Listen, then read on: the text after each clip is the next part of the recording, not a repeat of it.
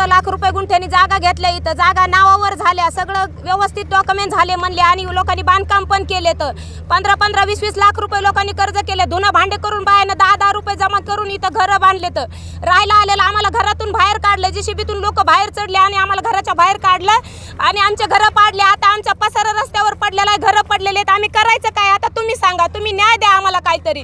असं गोरगरिबाच्या लोकांचे झोपड्या सुद्धा कोणी उचलून घेत नाही म्हणले, आतापर्यंत अशी कुठं न्यूज झाली नाही. मग आमच्याच बाबतीत असं का झालं?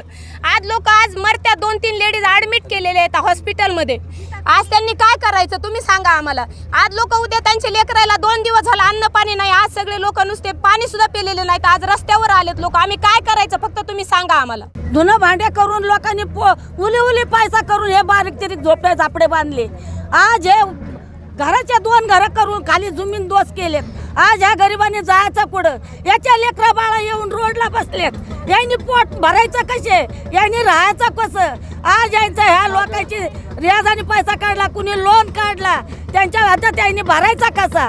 आज ह्या सरकारने इथून तिथून नदी किनारी घरं आहेत, मग हे घरं का नाही पाडले? गरिबाच्या झोपड्या का पाडले? आज खरेदी खत करायला गेलो, खरेदी खत केलं, पालिकेने पैसा घेतला, लोकांनी दम येऊन दिला.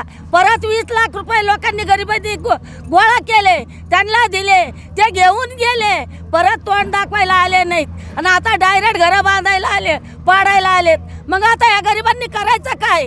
आज यांच्या लेकरा बाळा सारे रोडला बसलेले आहेत, यांची परिस्थिती बेकार झालेली. आज या लेकरा बाळाची काय सोय लावली? आणि यांची सोय लावा आणि ह्या गरिबाचा भरपाई नुकसान सगळे द्यावा आणि आज त्यांना घरदारात राहायला सरकारने जमा दखल घेऊन ज्याच्या त्याला द्यावा.